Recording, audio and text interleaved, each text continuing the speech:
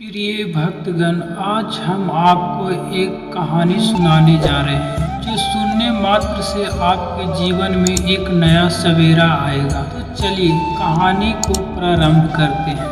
भगवान शिव माता पार्वती से कहते हैं, भाग्य और मनुष्य के कर्मों का रहस्य क्या है? तब माता पार्वती कहती है, भाग्य और कर्म दोनों अलग अलग हैं। फिर भगवान शिव कहते हैं, हे देवी, इस कहानी को सुने आपको मालूम हो जाएगा कर्मों से भाग्य बनता है। अगर आप यह कहानी सुन रहे हैं तो पूरा सुनिए। इस कथा को आधा अधूरा छोड़कर जाने का गलती मत करिएगा, क्योंकि इस पवित्र कथा को पूरा सुनने से मन चाहा फल की प्राप्ति होगा। इसलिए इस कथा को पूरा सुने। आप शिव भक्त हैं तो भोलेनाथ का अनादर न करें। तो चलिए कहानी प्रारंभ करते हैं। एक बार की बात है, एक सन्यासी उनके एक शिष्य ने पूछा कि कर्म क्या है। यह सुन सन्यासी मुस्कुराए और उन्होंने जवाब दिया, कर्म को समझाने के लिए मैं तुम्हें एक कहानी सुनाता हूँ। इस कहानी को सुनने के बाद तुम समझ जाओगे कर्म क्या है। फिर सन्यासी ने कहानी सुनाना शुरू किया। एक राज्य में एक राजा राज करता था। एक बार वह अपने मंत्री के साथ अपने राज्य का भ्रमण करने के लिए निकला। भ्रमण करते करते राजा और मंत्री एक बाजार में पहुंच गए। उस बाजार में राजा एक दुकानदार के ऊपर ध्यान गया। उस दुकानदार को देखते ही राजा के मन में न जाने क्यों ये विचार आया, मैं इस दुकानदार का कल फांसी का सजा दे दूंगा। ये बात राजा ने अपने मंत्री को बताया। मंत्री कुछ कहते उससे पहले राजा उस दुकानदार के सामने आगे निकल चुके थे और दूसरी बातें करने लगे। मंत्री बहुत चिंतित हो उठा था। वह यह बात समझ नहीं पा रहा था क्या कि दुकानदार का गलती क्या है। दुकानदार से बिना कुछ बात किए, बिना कुछ सोचे समझे महाराज ऐसा फैसला लेने के बारे में क्यों सोच रहे हैं। राजा और मंत्री भ्रमण करने के बाद राजमहल वापस आए, लेकिन मंत्री को रात भर नींद नहीं आया। सुबह जागने के बाद मंत्री एक साधारण प्रजा का रूप बनाकर उस दुकानदार के पास गया और उस दुकानदार से पूछा, तुम क्या बेचते हो? दुकानदार ने जवाब दिया, मैं चंदन की लकड़ियां बेचता हूँ। फिर मंत्री ने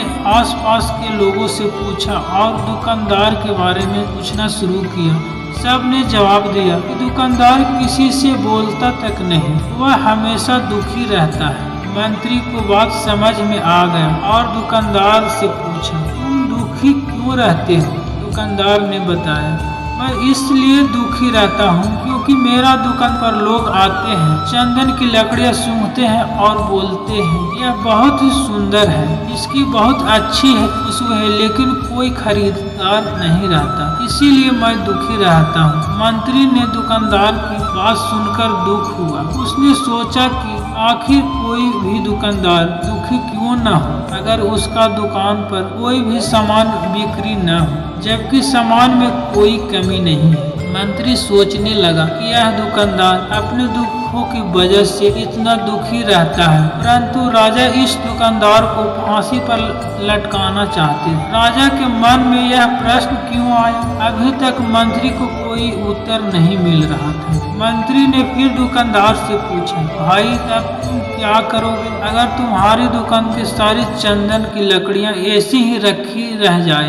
तब दुकानदार ने क्रोध से बोला, हाँ, मैं जानता हूँ कि मेरी चंदन की लकड़ियां ऐसी ही रखी जाए, इन्हें कोई नहीं खरीदेगा, इसीलिए मैं सोचता हूँ हमारे राज का राजा जल्द ही मर जाए। अगर वह जल्दी मर जाते हैं तो मैं उस राज दरबार में उस राजा के दाह संस्कार के लिए अपनी चंदन की लकड़ी बेच सकता हूँ, जिससे मुझसे कुछ रुपए मिल जाएगा। इस बाजार के अलावा बाकी के लोगों को भी मेरी चंदन की लकड़ियों के बारे में पता चल जाएगा। तब फिर कुछ लोग मेरी दुकान से चंदन की लकड़ियां खरीदने जरूर आएंगे। मंत्री दुकानदार की बात सुनकर सब कुछ समझ गया, लेकिन मंत्री बहुत चतुर और समझदार था। उसके मन में एक विचार आया। मंत्री ने दुकानदार से चंदन की कुछ लकड़ियां खरीदी। इस खरीदार से दुकानदार को कुछ रुपए मिल गए और वह थोड़ा मुस्कुराया।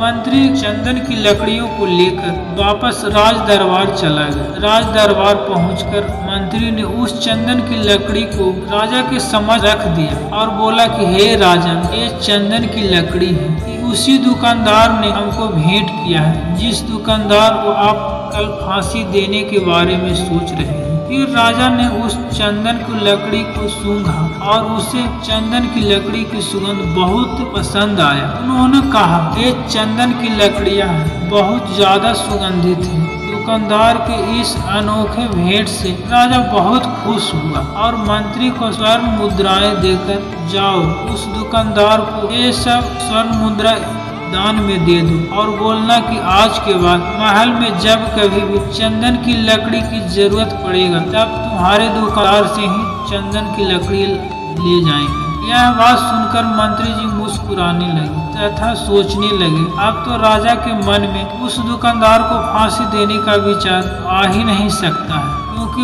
अब तो हमेशा राज दरबार के लिए चंदन की लकड़ियों का इंतजाम का जिम्मेवारी उस दुकानदार को मिल गया है। मंत्री स्वर्ण मुद्रा लेकर वापस दुकानदार की तरफ चल पड़ा। इधर राजा ने सोच में पड़ गया, वह दुकानदार तो बड़ा अच्छा इंसान है। जिस वक्त मैं उसके बारे में यह सोच रहा था कि मैं कल उसे फांसी दे दूंगा, तब शायद उसके मन में उस समय विचार चल रहा था कि राजा पहली बार मेरी दुकान के सामने आए हैं, क्यों न मैं उन्हें सुगंधित लकड़ियां उनको भेंट करूं। आज उसने भेंट भी कर दिया है, बेवजह ही मैं उसे फांसी देने के बारे में सोच रहा था। इधर मंत्री दुकानदार के पास आया। मंत्री ने राजा के द्वारा दिए गए स्वर्ण मुद्रा दुकानदार को देते हुए कहा, जिन चंदन की लकड़ियों को कल मैं खरीद कर ले गया था, उस चंदन की लकड़ियों को राजा ने बहुत पसंद किया है और इन इनाम के तौर पर तुम्हारे लिए स्वर्ण मुद्राएं भिजवाई। यह सुनकर दुकानदार बहुत खुश हुआ। साथ ही साथ मंत्री ने उस दुकानदार को यह भी बताया, आज के बाद दरबार में जब कभी भी चंदन की लकड़ी की जरूरत पड़ेगा तब सारी चंदन की लकड़ियां तुम्हारे दुकान से जाएगा। दुकानदार मंत्री का बात सुनकर बहुत खुश हुआ। मंत्री ने दुकानदार से पूछा, क्यों भाई, तुम तो राजा के बारे में इतना भला बुरा सोचते थे। देखो राजा तुम्हारी कितनी चिंता करते हैं, तुम्हारे राज का राजा कितना अच्छा है, राजा प्रजा के बारे में कभी गलत नहीं सोच सकता। दुकानदार मंत्री की बात सुनकर सहम गया और वह बहुत दुखी होकर राजा के प्रति अपने बुरे विचार पर पश्चाताप करने लगा। फिर दुकानदार ने मंत्री से बोला, मैं कितना गलत सोच रहा था राजा के बारे में। राजा को तो बड़े ही अच्छे हैं, बड़े ही भले इंसान हैं। भगवान शिव करे कि उनकी उम्र मेरा भी लग जाए। यह बात सुनकर मंत्री बहुत खुश हुआ। फिर मंत्री वहां से वापस राज दरबार में चला गया। यही बात सन्यासी ने इस कहानी को समाप्त करते हैं। अपने शिष्य से पूछा, अब आप ही बताओ क्या कर्म क्या है। किसी शिष्य ने कहा, कर्म बोले हुए शब्द है। किसी शिष्य ने कहा, कर्म वाणी है। किसी ने कहा, कर्म सोच है, तो किसी ने कर्म भावना है। बगैर अपने सारे शिष्यों के जवाब सुनने के बाद सन्यासी ने कहा, इंसान के विचार उनके कर्म है। हमारे विचार जैसे होंगे हम वैसे ही कर्म करेंगे और उन्हीं विचारों के द्वारा दिए गए कार्य को हम करेंगे और हमारा सुख दुख उसी पर निर्भर करेगा। हमारा विचार गलत है तो हम गलत हो सकते हैं और उनका परिणाम भी गलत निकलेगा, जिसके परिणाम स्वरूप हम दुखी रहेंगे। अगर हमारे विचार सही रहेंगे तो हम सही कर्म करेंगे, सही कर्म करके ही सही फल मिलेगा। जिससे हमारे जीवन सुख आएगा। अब हम लोग कर्म का थोड़ा आसान भाषा में कोशिश करते हैं। कर्म का अर्थ होता है इस दुनिया में, इस ब्रह्मांड में जो कुछ भी काम हो रहा है वह सभी कर्म है। इतना कहकर भगवान शिव इस कहानी को समाप्त करते हैं। इस वीडियो को बोलते समय कोई त्रुटि हो तो मैं क्षमा चाहता हूँ। उम्मीद है आप सभी को यह वीडियो अच्छा लगा होगा। यदि आप शिव के सच्चे भक्त हैं तो चैनल को सब्सक्राइब और वीडियो को लाइक करके कमेंट में हर हर महादेव लिख दीजिए।